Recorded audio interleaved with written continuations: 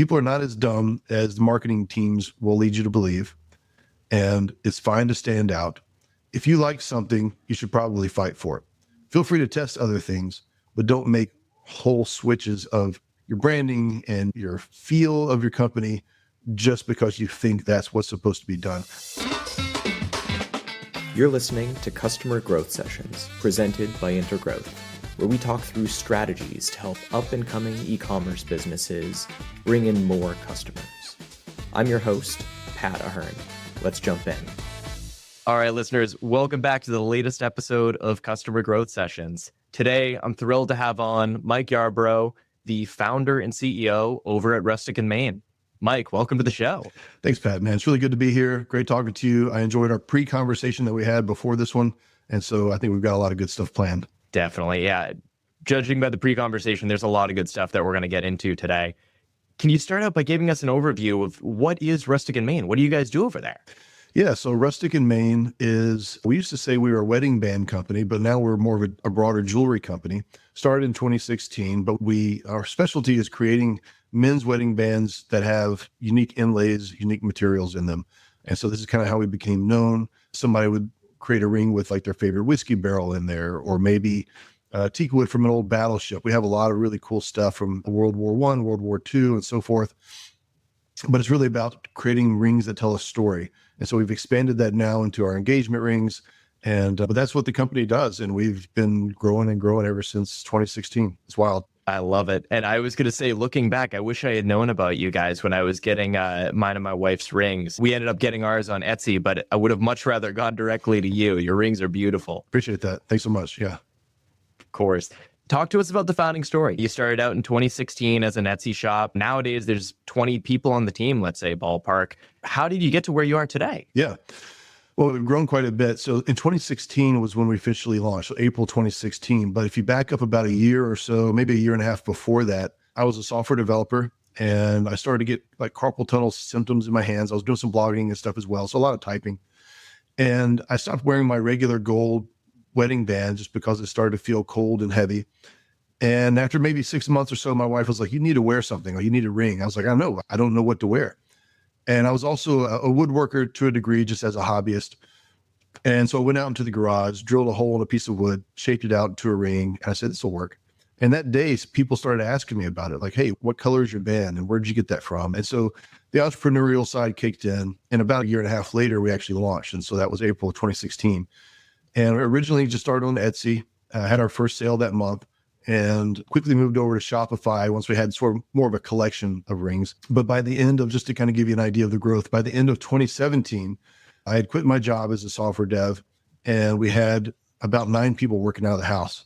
So it was just craziness. Like my wife and I would be sitting down, like trying to watch TV. It's like 6:30, 7 o'clock at night. We're done with the day. And then like somebody would walk in from my garage, like a crafter that we had hired.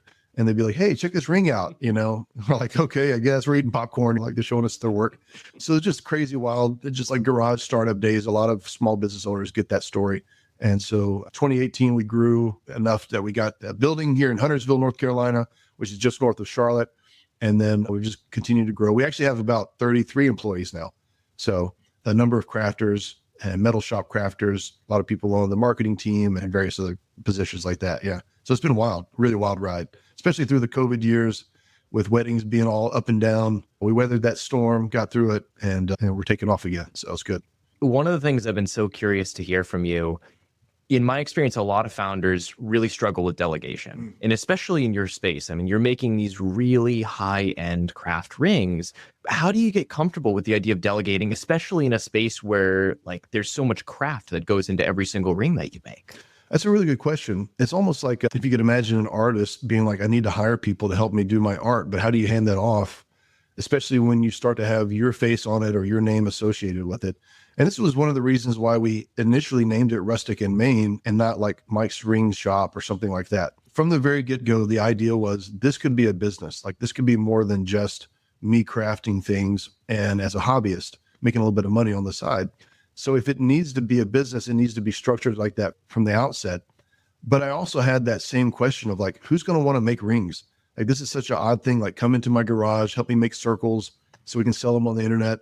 This is a strange thing. But my friend Jeffrey, who we had known for a while. He was in between jobs. And I said, hey, Jeffrey, this is an odd question. Would you want to come and learn how to make rings? I barely know how to do it myself, but you can come and help me learn. We'll figure the process out. And so he was our first employee. We brought him on, I think, January of 2017. And it was really odd. It was like I would show him a couple of things and then I'd have to go to work. And he would work in my garage and mess around with stuff. And then I'd come back and work that afternoon. And so there was a lot of those early startup things like that took place. And eventually you're like, well, maybe we could bring somebody on to do shipping. Maybe we could bring somebody on to do other things. But all of it starts with just that mindset. My greatest role in the company is going to be delegation and vision. That's really, if you're an entrepreneur, that's really your best gifting. You may be able to do things, but your greatest gifting is the ability to see what other people can't see. Even though it doesn't feel like you're doing work a lot of times, the work that you're doing, envisioning the future of the company, and that includes your culture and where you want to grow to financially and all that, that's the work that only you can do. And that's key. And so you've got to learn that delegation allows you to do your most important work, if that makes sense. And let's use Jeffrey just as a hypothetical example. I don't want to pick on employee number one for the company, but let's say Jeffrey comes onto the team. He starts learning how to make rings.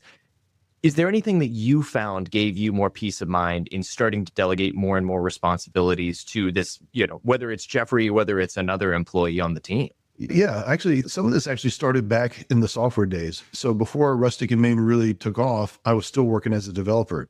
And I had moved from being a coder primarily to being more of a team lead and working on the larger architecture pieces. And I felt that initial guilt of like, I'm not doing very much today because I don't have this application to show for it. And I remember talking to my team and I was like, guys, I know I'm not getting as much done, but and they were like, no, this is actually more important that you're telling us what to do. You're prioritizing our work. You're helping us to I'll stay focused. And as a team, we collectively got more done because we had leadership. And that was really my first experience. I think a really positive leadership making an impact experience.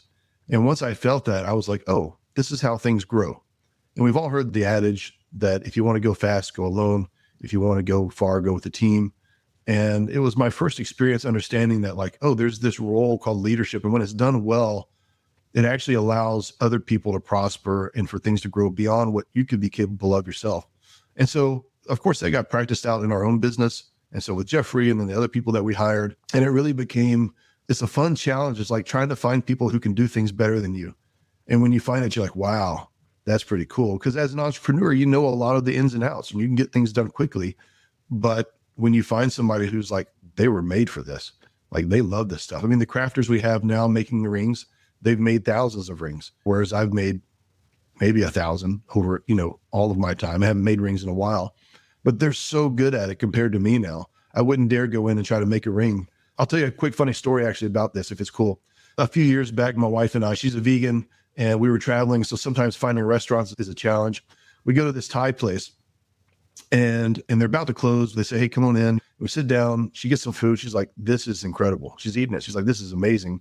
Can I get this same thing to go? So I'll take it home with me. And they said, sorry, the kitchen just closed down. We're not going to be able to make it. The waitress comes back a few minutes later. She says, you're in for a real treat. The chef here who designed all of the recipes, he just showed up and he loves to make meals for people who love his food. He said he'd go ahead and make that for you. So this is a different person. This is the original guy making the food now. And so we're like, this is going to be, if what was already made was this good, what's getting made is going to be so much better. And she gets home and she's like, this is not good. She's like, this is unedible. I can't eat this stuff. And it was because he started it his way back in his day. And then he showed some other people how to do it. And those people have been making that same dish hundreds of times and have gotten it down to such an art that they've surpassed the master, essentially. And the same thing is going to happen in your business, and you should be happy when that happens. So look for those people who have a passion to do the things that you have a passion for, but are really made to do it at a long-term goal for their life. Struggling to get new customers? We're here to help. Hey, this is Pat, the host of Customer Growth Sessions. Our agency, Intergrowth, has been helping e-commerce brands like Bella Bridesmaids, Brevity, and JS Dental to get more customers online since 2016. Interested in seeing how we'd help you? Head over to intergrowth.com/CGS to book a complimentary consultation with me. That's intergrowth.com/CGS. All right, back to the show.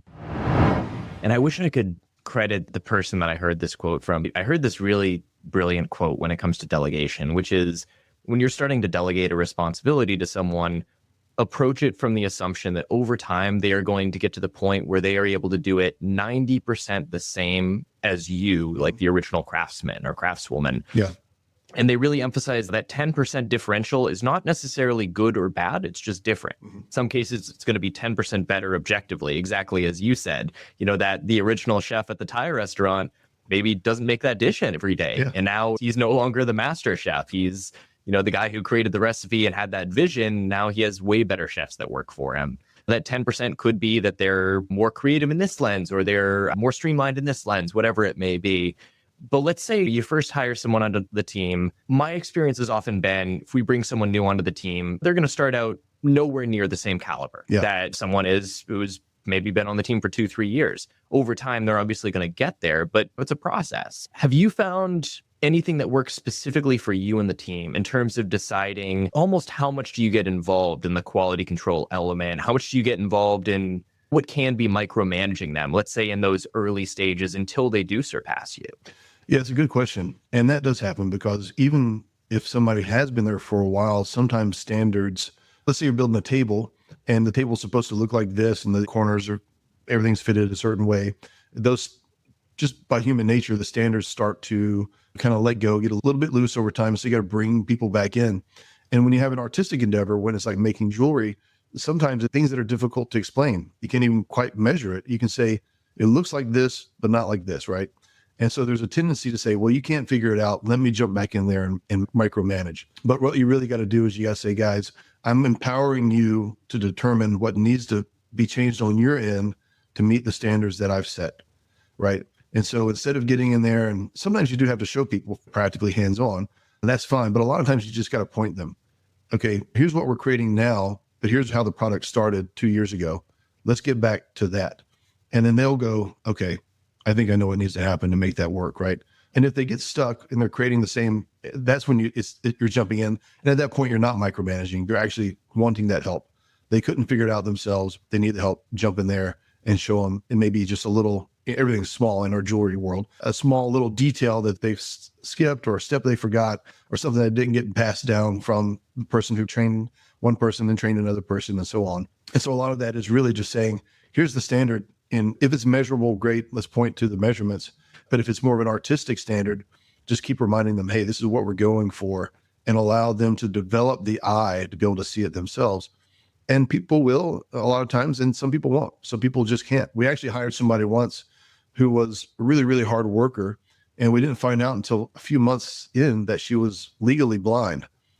And so she kept having a hard time with making a ring. And it was just like, well, sometimes she gets it right and sometimes she doesn't. And it's like, she can't see the things that we're pointing out. And then it was later on, she was like, well, I'm legally blind, so that might be part of the problem. And I was like, well, yeah, that could be part of the problem. So you have to eventually decide if somebody's going to get it or they're not going to get it, And, but that's usually after many attempts of getting them to understand it and see it from different perspectives. Within that, I mean, so much of getting to the point where there's someone on the team who is able to craft a ring, way better than you are, is so much of that, in my opinion, starts with really finding the right person, the person that has the right mentality and has the right potential to really be able to surpass you. I'm curious, you've hired 30 some odd people that are currently on the team. It sounds like obviously there's going to be some other people that you've hired over time that didn't work out. Yeah. What are some of your favorite questions to ask or maybe traits to look for in order to find a really great hire for Rustic in Maine? That's a good question. So one of the things that we look for right out of the gate when somebody shows up in person, we will show them some of our rings and say, hey, here's some of our rings. I want them to go, wow, that's awesome. And especially if they're going to be a crafter, they need to ask questions like, how in the world did you do that? Or, turning the ring over and they're looking for imperfections. Like, I want to see that initial reaction of like, I'm excited about the potential of being a part of this thing, what you guys are creating. We've had people come in, they've got the resume, looks great, personality, they're fine. They just don't seem excited about the product. They want to work here, but they don't seem excited about the product. And it's like, nope, that's not going to work. You've got to be excited about what you're doing.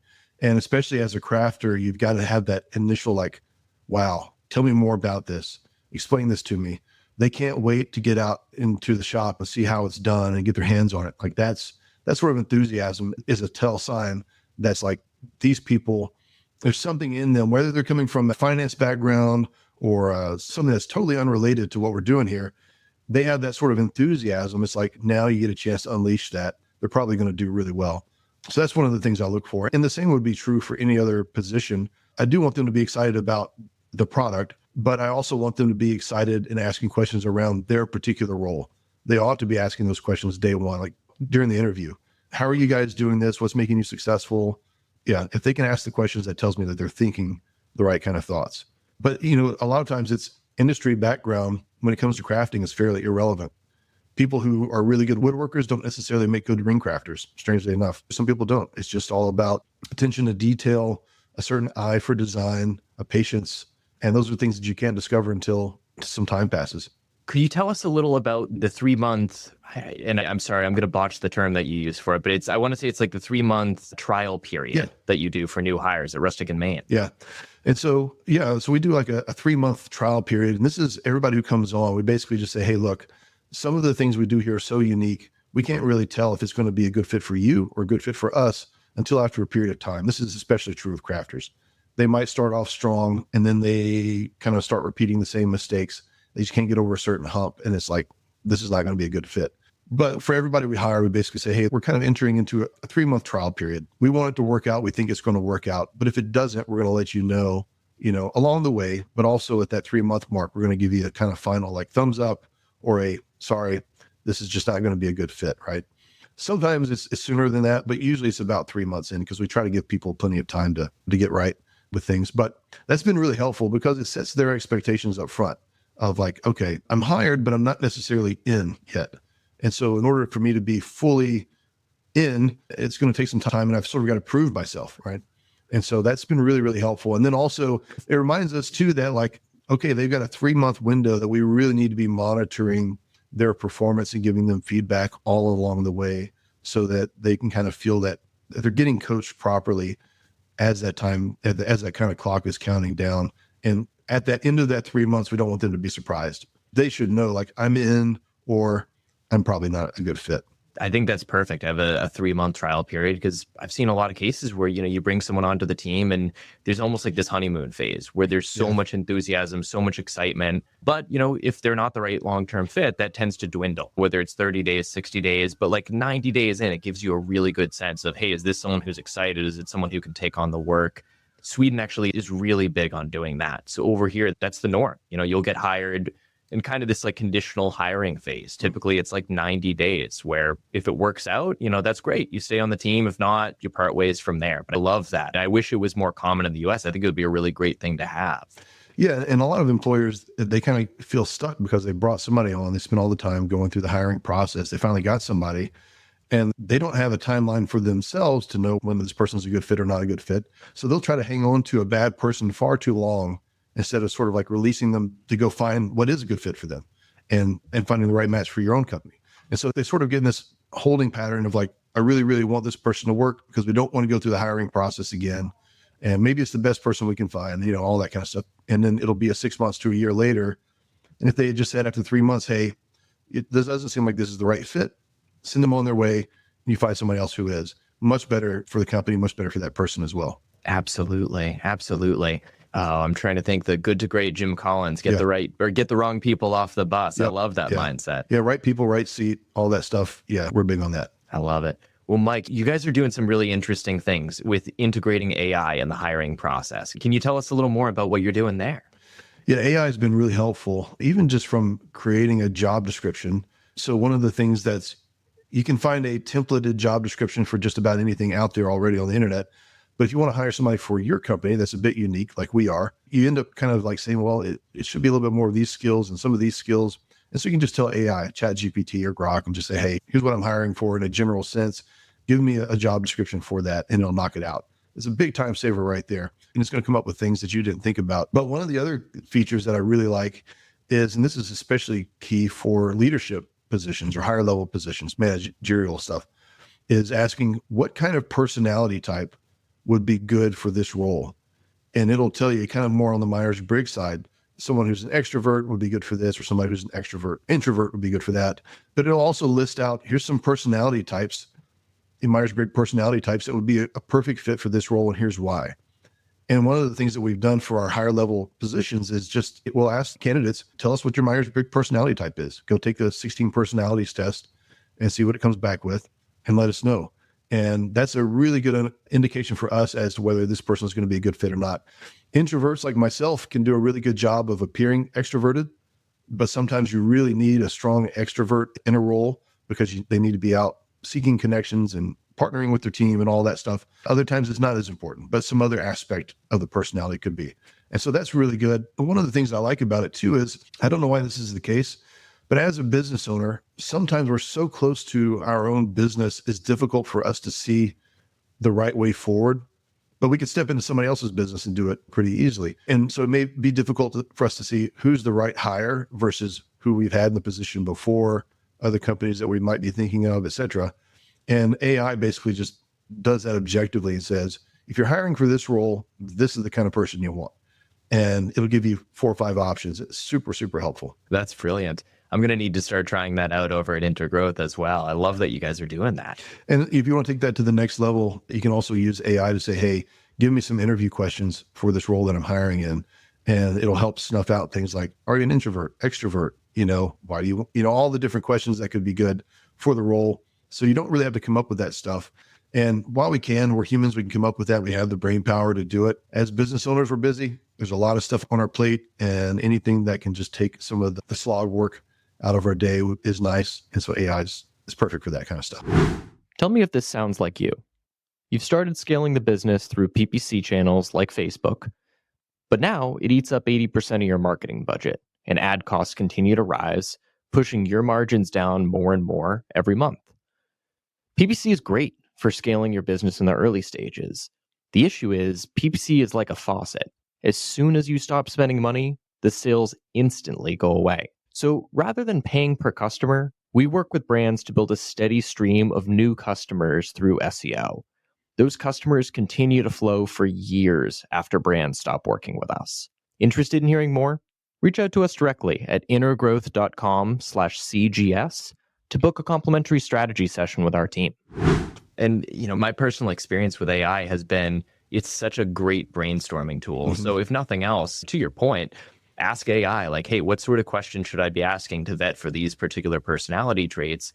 Maybe it gives you 10 questions. Even if half of them are garbage, you still end up with, 5 really phenomenal questions that can help you to find the right person. Yep, for sure. Last overarching subject that I want to dive into today is talking a little about marketing attribution, because you and I were chatting before the show. I really like the way that you look at marketing attribution as a company. I would say a very unique process, and I really like the way that you think about it. So can you tell listeners, when you are assessing, let's say, all of your different marketing channels, how do you decide what's working and what's not working? That's hard, honestly. It's really tough because when we say what's working, so for example, let's say somebody sees an ad on Facebook. Do they not click on the ad and then they go Google you sometimes to see if you're legit because they don't want to get taken in by some company or go to a website that they don't like? Maybe they want to see some reviews or see some Reddit stuff first, whatever it is.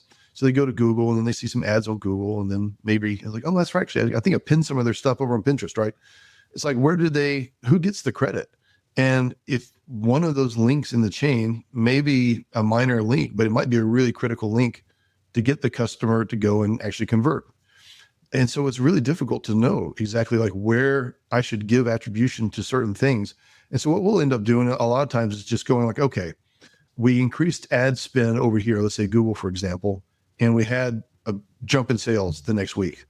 Well, maybe it's a coincidence. Maybe it's just the market just happened to be a good week. You could test that out by decreasing ad spend and kind of going back and forth. But a lot of times it's just trusting your gut.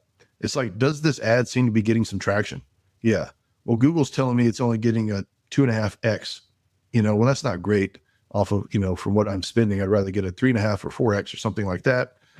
Maybe Google doesn't know how to attribute it either, but I can tell that it's actually bringing me sales in, right? The same thing from Facebook. We get a lot of visits from Facebook. We don't get a lot of sales from Facebook. And same with Instagram. But I still think those are critical links in the chain. And so some of it is just kind of trusting your intuition. That gets developed over time. And unfortunately, that gets developed after spending quite a bit of money on ads and running them and trying different things. Another thing that I'll say too, this is not related to attribution, but it kind of falls into trusting your gut, is we had a lot of people early on say, your product pictures need to have white backgrounds. And I just thought, that's so boring. Like, I don't want to have white backgrounds on my product pictures. Well, that's what everybody's doing. Like, Google's going to prefer that. You need to do it so it's not confusing to customers' eyeballs. So we sent our products off to a photographer. He got us all white backgrounds, and we put it out there, and sales were tanking. They were just not good. And I said, well, let's try put some of our old product photos back on there. Sales start to spike again. It's like, yeah, because they look better this way. People are not as dumb as the marketing teams will lead you to believe. And it's fine to stand out. If you like something, you should probably fight for it. Feel free to test other things, but don't make whole switches of your branding and your feel of your company just because you think that's what's supposed to be done. Most of the time, marketing companies, well, I'll say Google, like gigantic companies, will give advice that the masses can easily apply. Just put it on a white background or just put it on a solid color black background. It's harder to stage a photo that looks really good. So they're never going to give that advice. But do things that you know that you really feel in your gut are just like non-negotiable for your company, and stick with it. And I think there are different ways to measure it, attributions and stuff like that, different apps out there that can help. But at the end of the day, just go with your gut. For example, if you put an ad in a magazine and sales go up, don't just assume that it was just a market. You probably did something right, So, and it's hard. It may only have been a 5% push towards you, in terms of your overall marketing strategy, but that's important still. It's an important link in that chain. Mike, I love this. And along those lines, I would say that's something I've become more and more firm with over time, is this overarching concept that brand should really be the golden thing that dictates everything you do. Yeah. We work on the SEO front primarily, and I like to tell clients like, hey, brand gets first priority. Everything that we're going to do on the SEO side of things has to fit within the constraints of brand. Mm-hmm. But if it doesn't fit within the constraints of brand, I'll tell clients like, hey, you need to be the biggest advocate for your brand. We're going to say, here are best practices that we can do, but we need you to push back if you feel it goes against your brand, and we're always going to choose brand at the end of the day. Yeah. It sounds like that's what's really worked best for you guys as well. It has, for sure. And it's been helpful for us to get some outside consulting to help, after we sort of establish what our brand looked like to us, to have somebody else come in and say, here's how we would describe your brand. Because that's always a challenge. Sometimes things develop organically, or just intuitively as the entrepreneur, you move in a certain direction. But if you have to put words to it, what is the feel of your brand? Who's your target customer? What are your brand colors and fonts and things like that? It's really nice to just spend some money, have an outside company come and do an evaluation and go, here's how we tidy this up, but keep you focused on what your brand is. Because it's another one of those things that can slide. It can be a standard that you have as long as you're involved in the brand development. But as the entrepreneur, as you move back and you start working more on the business and not in the business so much, your branding can slide. So have that stuff solidified and have an outside perspective tell you, like, here's how I would describe that. You actually may be able to use AI these days for some of that stuff. I don't know. But it is helpful to get an outside perspective, because once you hear someone else tell you what your brand is, you're like, yes, that's it. And it sticks in your head a lot better. That also becomes a packet that you can give to companies like yours and say, hey guys, this is our brand. This is what we stand for. Here's the words that we use. Here's the words we don't use. All that stuff. Here's our colors and kind of mission and vibe and feel and all that kind of stuff. And then that's really, really helpful for any kind of marketing team to take and run with. Well, Mike, this has been amazing. Let's start with the website itself. For listeners that are saying, oh, hey, I need to check out these rings. I need to try and get one of these. Where can they go to buy a Rustic and Main ring? Yeah, you can go to rusticandmain.com, and that's Main like Main Street, MAIN.com. So rusticandmain.com, and that's where you'll find everything, all of our contact stuff and rings and all the goodness. And where should listeners go to follow you on social? Rustic and Main as well. So Instagram primarily, Facebook as well, Pinterest, we're out there. We're on most of the socials. We're not on TikTok. I think we have a TikTok thing, but personally, I hate TikTok. So I was like, I tried to like it. I did. And I was like, guys, I just can't do it. I can't do it. That's part of our brand. It's like, we don't do TikTok, but maybe one day if it changes, I don't know. But yeah, we're out on all the other socials. You can hook us up there. And listeners, check out the show notes. We'll have links to all the socials and to Mike's website as well at Rustic and Main. Once again, listeners, this is Mike Yarbrough, the founder and CEO over at Rustic and Main. Mike, thank you for coming on today. Thanks, Pat. Thanks for having me. Thanks for tuning in to Customer Growth Sessions. If you found it helpful, subscribe and give us a review. It helps us to grow the show. Looking for more SEO guidance on how to grow your business? Contact us at intergrowth.com/estimator or email me directly. You can reach me at pat@intergrowth.com. That's all for today. We'll see you again soon.